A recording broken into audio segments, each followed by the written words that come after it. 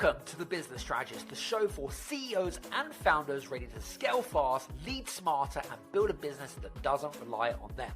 I'm Adam Strong, award-winning strategist, former elite athlete, international speaker, and 3 times best-selling author. After 3 decades in business, I know exactly what it takes to grow, scale, and exit with impact.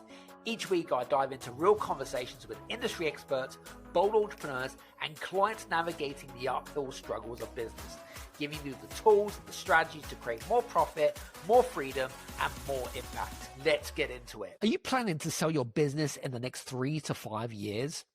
Then you already know it's not just about finding a buyer, it's about actually protecting what you've actually built. That's where our sponsor, Adam Benedict, comes in. They're one of the leading premier M&A legal firms trusted by founders to simplify complex exits, protect value, and deliver results. Now, if you want a smart, smoother, and strategic exit, visit adambenedict.co.uk. Hello, Spotify listener! Was it a good idea to employ me, Claptrap, a lovable robot with an admittedly shrill voice, to tell you about the next great looter shooter, Borderlands 4? Of course not! But you are listening, and that's the sick truth of marketing. Behold! Marketing hypnosis! Borderlands 4! Borderlands 4! Borderlands 4! Buy it! Buy it! Succumb to the marketing! Rated M for mature. Have you ever taken on a client or a customer and regretted that decision further on down the line? Or have you ever been in a situation where you've taken on a client or a customer and for whatever reason, there's either a disconnect or a communication breakdown, or they're just a real pain in the ass and just completely regretted it, but you knew that you wanted to go for it because you were chasing the money? So if you've ever been in that situation, welcome to this week's Business Strategist, where I talk a little bit about the 9 different types of architects, or the client or customers architects of the types of clients that you need to avoid. But also I'm going to give you a framework about how to attract the right types of clients that's going to help you grow and scale your business. So let's jump into today, because interestingly enough, and I want to be completely open and honest. So last couple of months it's been a real tough time for me, and it's been tough on a number of reasons. I used to live in Cyprus, but I'm now back in the UK, and you're probably thinking, why the hell did I come back to the UK? So there's a real reason for that, but I want to go into that. But I wanted to share with you a real quick story. And so I'm a guilty party. We're talking about the types of clients and the types of customers that you should attract into your life to grow your business. Well, guess what? I had my radar down and I had failed miserably, which has cost me big. So a couple of months ago, and I won't get into the details of this, I thought that I attracted my dream client, which actually turned into my absolute worst nightmare, okay? I have no clue whatsoever of the reasons why it completely flipped the scripts, but also it helped me to reflect and understand what I should and shouldn't be attracting into my life. It's really been tough on a personal level, but also it's caused a lot of stress and anxiety because I've been moving countries as well. And on top of that, when you have a client which is completely incongruent with your values, but also someone that really drains you and also blames you for whatever it is that they're blaming you for, okay, doesn't make you feel good because they take zero responsibility. And so one of the things that I've been doing is, rather than kind of beating myself up about it, really trying to question my integrity and who I am as a person, it's actually I've been using it as an opportunity to reflect and think, was this the right person for me? And the answer to the question was probably no. And so I want to kind of delve into the 9 different architects that I have effectively created. Having my business since the age of 11, I've kind of really got an understanding of not just psychology, but how people tick. And so I've attracted different types of clients, and I'm sure it's been the same for you guys.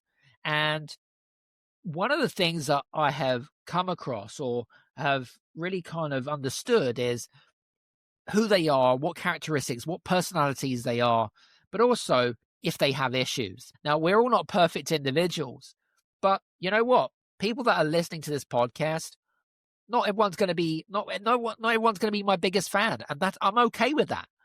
And it should be the same for you. If someone doesn't like you, guess what? Be okay with it. All right, because guess what? You can't help everybody, and there's always going to be haters out there, and haters always just hate, right?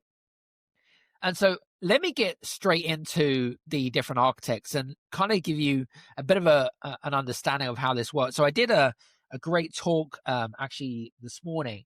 We had a group of founders of small businesses, and I went through these different 9 architects, but also we had this great discussion about how we could eliminate or how to reduce those types of people. So the question you have to already ask yourself is, if you've attracted the wrong types of clients in your life, and you've just gone and you just thought about yourself, you just thought about, I need to make money, I need to make sales or whatever, it hit targets, I really want you to think about, was it all worth the stress? That's a real big question I had for me is, no, it wasn't. 100% it wasn't.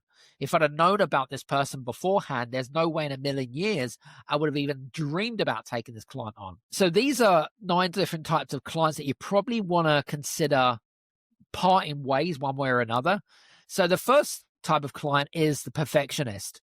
Now, who is it? What do you need to look for when it comes to a perfectionist? So when you're having a conversation with them, you want to find out how quickly they work. What do they value about? One of the things that I like to do is, before I take on clients, I actually set people a number of tasks. And as part of those tasks, I like to give people a deadline. And it might be 5 days, or we will come to an agreement. How long do you think it will take for you to complete this task? And they might say 4 days, 3 days, 5 days, whatever it might be. And so I will hold them to account, and then I will schedule a call with them. And I will only schedule that call with them provided that they have completed the task at hand, because it helps me to understand, number one, can they complete a very simple task prior to our call? Number two, do they respect my time? And number three, they should see that the task that I'm setting them is for their benefit, okay? Not for me, but for their benefit. And so the first type of client you need to look for is the perfectionist. So no matter how much time or effort you pour into this client, they're never going to move forwards. They're always going to find some sort of excuse. Now, as I mentioned this morning, perfectionism is actually procrastination in disguise. All right. So no matter how much responsibility, they will always provide you with an excuse. So the question is do you really want that? Because effectively, when you take on clients or customers, they buy one thing and one thing only: the result and the transformation. So if you can't deliver that, or you feel like they can't even complete a simple task, think of it, if you were actually taking them on as a full-time client, think of it, there would be an absolute nightmare. And do you really want that to reflect on you as a brand? Probably not.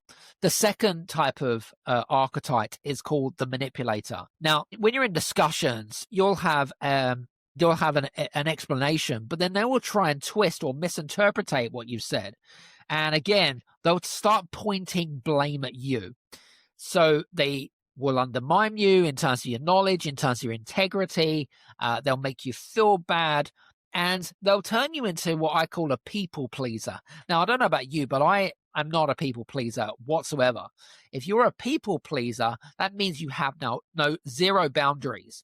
It means that people will run all over you just because you're trying to bend over backwards to make them happy. Trust me, it ain't worth it. It's going to make you feel bad. It's going to devalue you as who you are. Someone that takes zero responsibility, and they try and twist it one way or another in terms of your communication. You promise this and I promise this, blah, blah, blah. But actually it's all a lot of BS. Third type of architect is called the energy vampire. Now, the energy vampire will suck all your good energy out of you.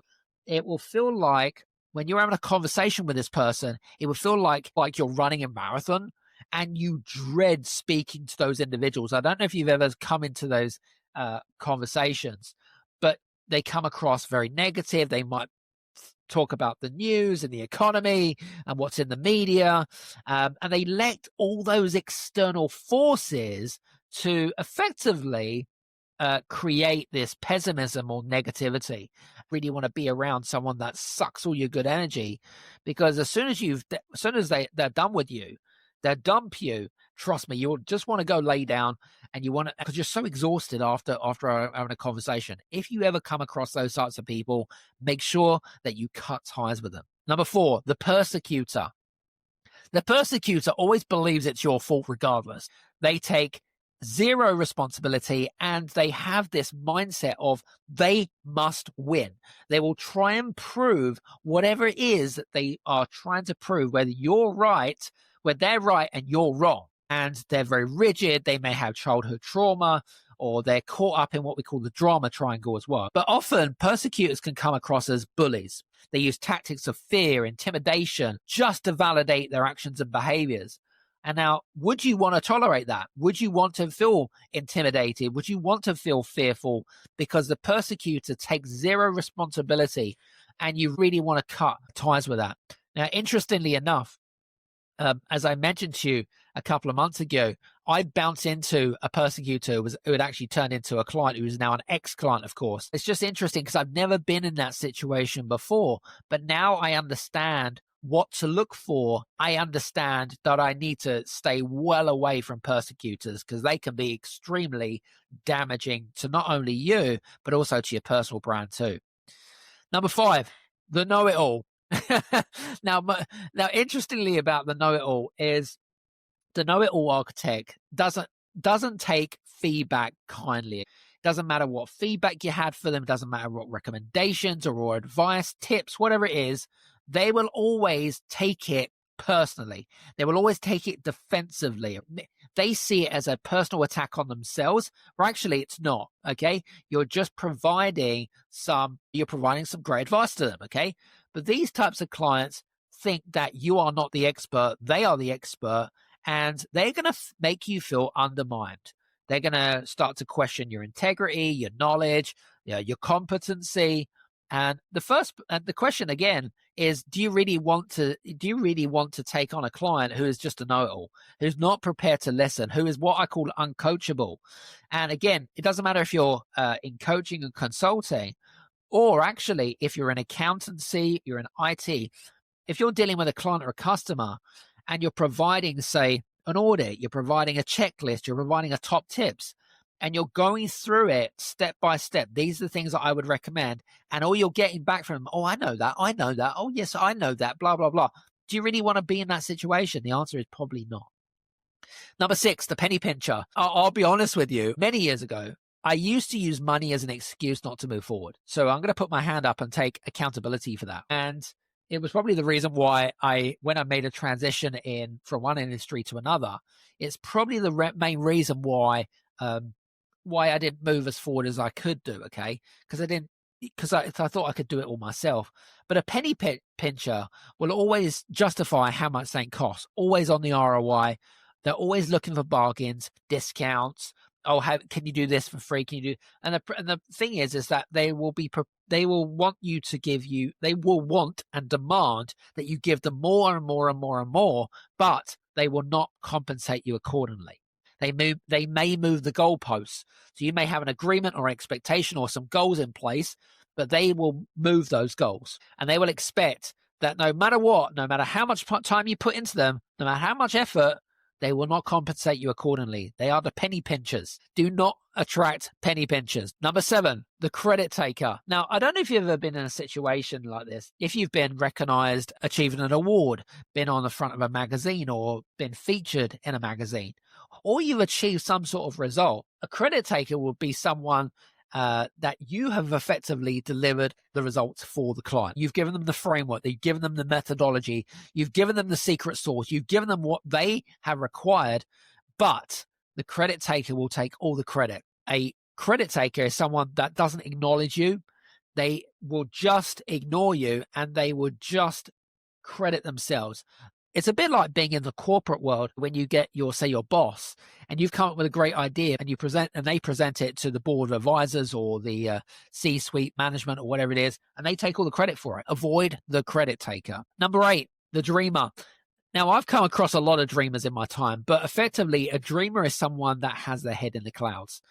They set these impossible goals, these impossible dreams, if you like, and really refuses to face the reality of timelines, budgets, and limitations. They may set this impossible goal, and you know it's not achievable, but they expect a miracle, and they'll put really unnecessary pressure on you, and they make you feel bad. And so their vision tends to be very unclear. They have a lack of clarity, and they will often have a very scattergun approach. They'll often be headless chickens because they're a busy mess, and they'll demand lots of revisions, especially if you're a graphic designer or a web designer, and they'll endlessly try to drain your time and resources. They are the dreamer. Hey guys, I just wanted to grab your attention because we've just created a brand new resource for you guys called the Exit Playbook, how to shift from operator to visionary leader. Now, this was based on a podcast that I did a few months ago and is the leadership blueprint for being able to help yourself successfully exit your business. Now, we go into many different things. We're going into some of the common symptoms of why founders get trapped in operations and what to look for and the impact that it actually has on you. We also go into some deep dive exercises that addresses some of the fears, some of the reflections, also how to basically let go of some of the control that you have, but more importantly, how to shift your identity within your business and how to align your strategy to your exit and how to challenge your belief systems, more importantly. Listen, it is a free playbook. The link is in the show description notes. Enjoy. I think you're going to find it a really useful resource. Take care. You're tuned into Auto Intelligence, live from Auto Trader, where data, tools, and your preferences sync to make your car shopping smooth. They're searching inventory. Oh, yeah. They find what you need. They're gonna find and it. You can make a budget for your wallet to help you succeed. Pricing's precise and true. So true. It's smarter car shopping. Ooh. Just for you. Oh, it's just for you. Ooh. Find your next ride at autotrader.com. Powered by Auto Intelligence. If you are attracting dreamers, make sure that you run a mile because they will effectively, again, make you feel bad. And the last one is called the martyr. The martyr is someone that is constantly highlighting how much they sacrifice and how everything seems to work against them. That is creating a negative dynamic between you and the individual. Martyrs often place blame on other people like yourself, and they'll always portray themselves as the victim. And so it doesn't matter what constructive feedback you give to them or conflict resolution, it's impossible, absolutely impossible, because it'll go in one ear hole and out the other. So let's just give you a bit of a run through of the 9 different archetypes. You've got the perfectionist. The second one is the manipulator. The third one is the energy vampire. Number 4 is the persecutor. Number 5 is the know-it-all. Number 6 is the penny pincher. Number 7 is the credit taker. Number 8 is the dreamer. And number 9 is the martyr. Now, you're probably thinking to yourself, well, hang on a second, Adam. You're telling me all these different archetypes of the types of people that I don't want to attract in my life, which is absolutely true. Is there actually any such thing as an ideal client? Let's be realistic, because all the experts are talking about the fact that your ideal customer profile is this, this, and this. They must have this personality. Is there actually any such thing as an ideal client? And the answer is absolutely. What are those characteristics? And so I'm going to give you 7 different types of characteristics that I believe you should look for when it comes to ideal clients. Number 1 is, what do I look for? It's called the pragmatist. All right. So the pragmatist is they're focused on, they're very goal orientated, but they also understand that being a perfectionist isn't always practical. They know that it's going to hold them back because they've got better self-awareness. However, they need accountability. If they don't have accountability, they'll never move forward. They'll never get the results. So you have to set up some sort of accountability. Number 2, the honest collaborator. Now, I get a lot of people reaching out to me actually in terms of collaboration. But the honest communicator is someone that is effectively looking for a good working relationship. They communicate openly and honestly. They build trust. They foster strong working relationships. In fact, one of my recent clients, who's in the IT industry, I see him as an honest collaborator. His communication skills are excellent, even though he is very busy. And again, this is what I really love. Communication is so key. And also making sure that there's an expectation between you and the other individual as well. Number 3, the energizer. Now, a lot of people see me as a bit of an energizer because I am very high energetic, but effectively, they bring enthusiasm, motivation. They bring morale to the team, and they love moving forwards. But they're deemed as a what I call a positive influencer on their peers. Number 4, the supportive ally. Now, what I love about the supportive ally is they're very good at sharing empathy or using empathy as a leader, which is a really good leadership trait to have. They love to encourage people. They love to help others achieve their goals. They love to rally and champion others. That is the supportive ally. Number 5, what I call the humble learner. Now, I talk about this a lot actually, but the humble learner acknowledges that they don't know everything, but they are open to learning from others in terms of their mistakes, in terms of tips or whatever it is.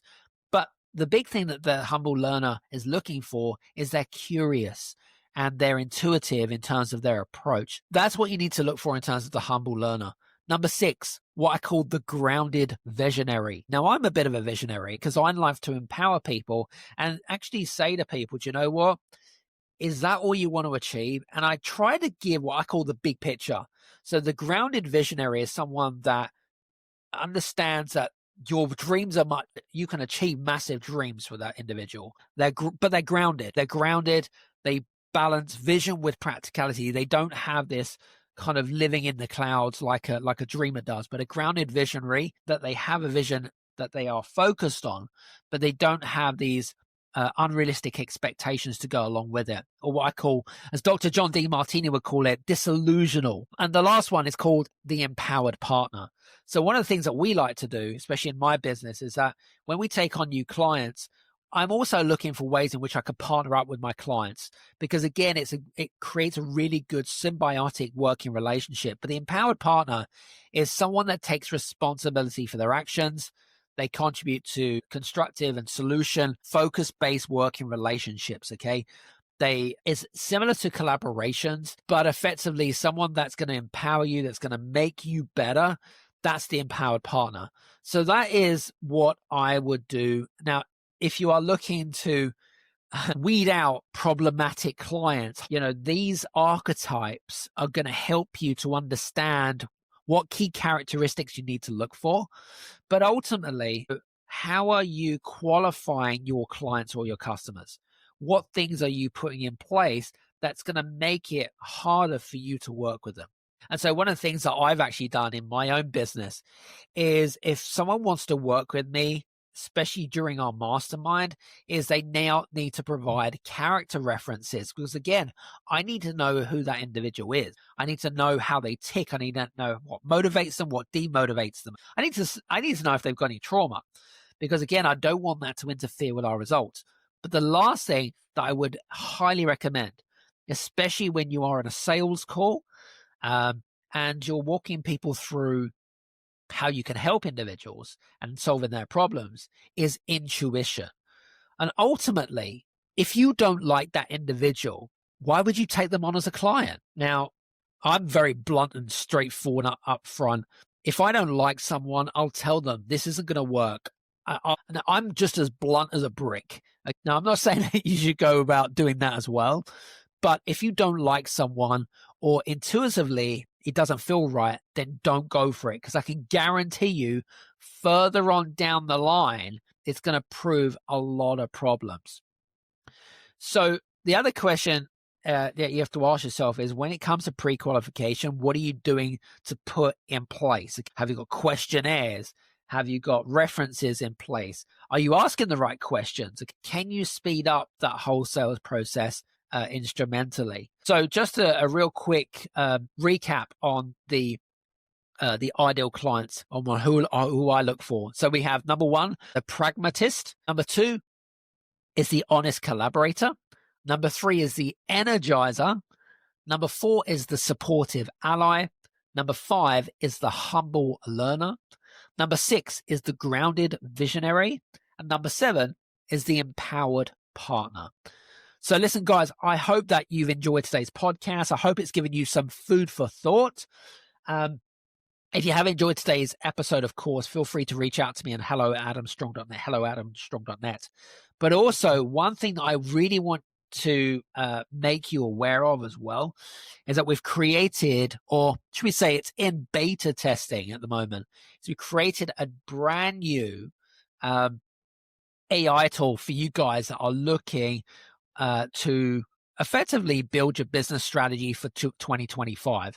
So one of the research that we did recently is I found out that the biggest struggle for most established businesses is creating a 90-day plan or some sort of strategic plan that's going to help you grow, scale, and exit your business. Now, if this is something that of interest to you, I'm looking for some beta testers that would like to effectively use the AI tool, can provide some feedback so we can refine and articulate that. So if that is something of interest to you, do me a favor, click on the link or in the description below. I'd love to hear back from you, of course. And then once we're ready to fully launch that, which is going to be hopefully around kind of Black Friday, then we will launch it as well as part of our Black Friday offers. Anyway, hope this has been of use to you guys. And I just hope that this has given you some food for thought. Anyway, thanks very much. Hope you appreciate today's call. Cheers now. Bye-bye.